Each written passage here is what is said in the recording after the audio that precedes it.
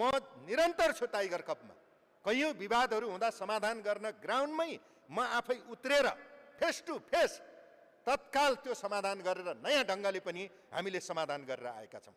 तर यस्तो बेलामा अब फेरि टाइगर कप पनि हुँदैछ पोखरामा।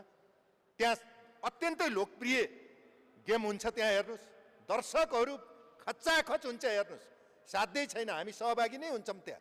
यस्तो बेलामा गण्डकी प्रदेश सहभागी हुनु पर्थ्यो, मेरो मान्यता त्यहाँ छ।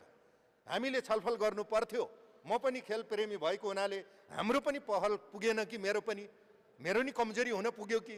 त्यस कारणले त्यहाँको खेलकुद परिषद गण्डकीको पनि केन्द्रको पनि समन्वय पुगेन कि? मैले सुरुमै भने नि त, सम्बन्धित निकायको हाम्रो त्यहाँ समिति पनि छ, भलिबल सङ्घ गण्डकी प्रदेश, र खेलाडीहरूको बिचमा पनि समन्वय पुगेन कि?